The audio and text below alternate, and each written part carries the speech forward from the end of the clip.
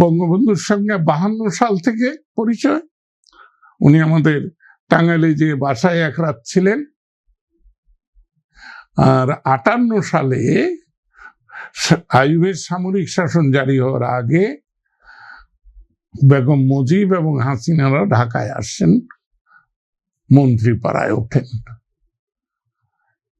তো আমার যদি ভুল না হয়, এখন যেটা আইন কি বলে, ওই রেলওয়ে বিল্ডিং এর পরে মাথাতেই যেটা, মানে শিক্ষা ভবনের জাস্ট দক্ষিণে ওই বিল্ডিংটায় বঙ্গবন্ধু মন্ত্রী হিসেবে ওইখানে থাকতেন। ওই বাড়িতে আমার সঙ্গে প্রথম দেখা তার। তো